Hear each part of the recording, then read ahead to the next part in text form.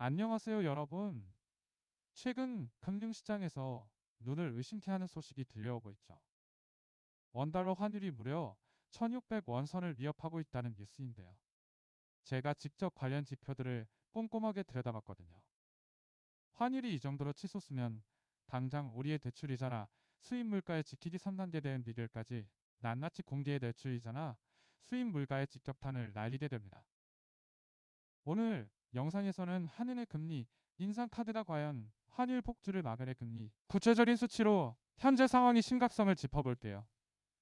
서울외국환중대 발표에 따르면 2026년 7월 1일 정기장 종가 기준으로 환율이 154 9원을 기록했거든요.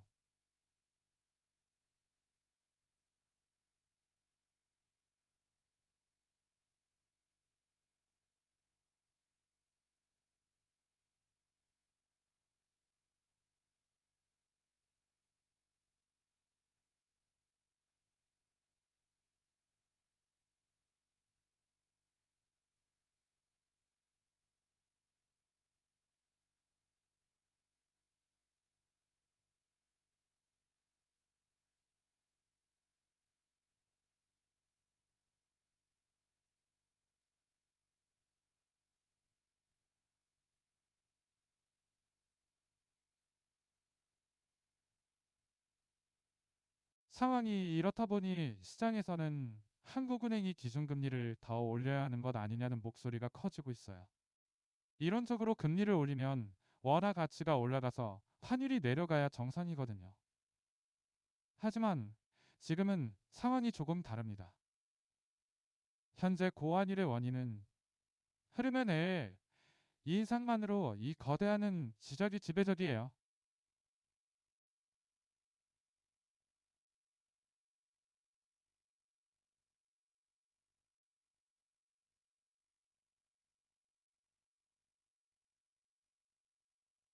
과거의 사례와 비교해보면 더 명확해지는데요. 실제로 한국은행이 미국보다 먼저 금리를 올렸던 2021년 달러 강세 시기를 복귀해보면요. 선제적으로 금리를 인상했음에도 환율 안정 효과는 무척 제한적이었거든요. 저도 처음에는 금리만 올리면 다 해결될 줄 알았는데 과거 데이터를 보니 대외 변수가 악화되면 금리 카드가 힘을 쓰지 못하더라고요. 그렇다면 이 환율 폭등이 우리 실생활에는 어떤 경로로 영향을 미칠까요? 환율이 오르면 수입하는 원자재 가격이 뛰고 이는 곧 국내 물가 상승으로 이어집니다. 물가가 오르면 결국 한국은행은 금리를 내리지 못하고 오히려 추가 인상 압박을 받게 되죠. 예컨대 서울 강남에서 아파트 담보 대출을 받으신 분들이나 신용대출을 쓰시는 분들의 이자보다는 눈덩이처럼 불어나는 구조이죠. 이제 본격적으로 우리의 소중한 자산을 지킬 3단계 행동 요령을 알려드릴게요. 1단계는 고금리 예적금을 철저하게 활용하는 방법이에요. 금리 인하 시기가 뒤로 밀린 만큼 시중은행의 고금리 예금 상품이나 하루만 맡겨도 이자를 주는 파킹 통장을 적극적으로 활용하셔야 해요. 단기 자금은 파킹 통장에 묶어두고 여유 자금은 금리가 가장 높은 저축은행이나 제1금리가 가장 높은 저축은행이나 자축은행이나 이어서 2단계 대응법은 달러분할 매수 전략이에요.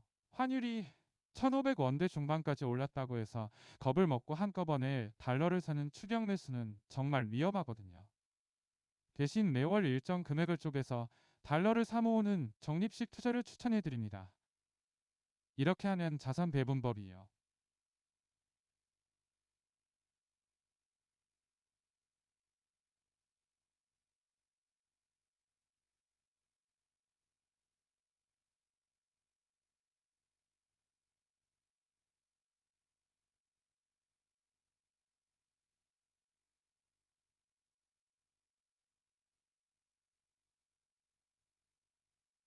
마지막 3단계는 대출 상황과 포트폴리오 리밸런싱이에요. 금리가 내려갈 기미가 보이지 않을 때는 변동금리로 빌린 대출을 고정금리로 갈아타는 데만 대출을 심각하게 고민하셔야 해요.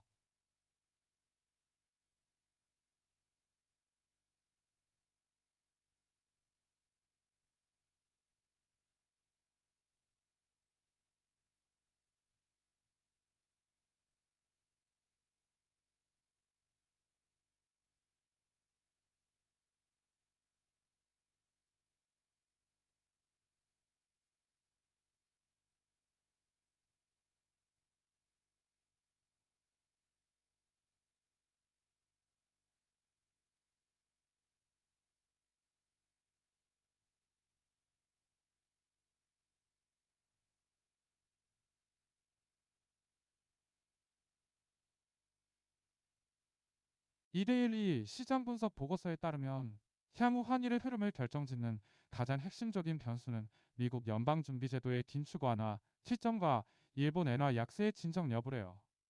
즉, 우리 정부의 개입이나 한은의 금리 결정도 중요하지만 결국 글로벌 매크로 환경이 돌아서야 환율이 제자리를 찾을 수 있다는 뜻인데요.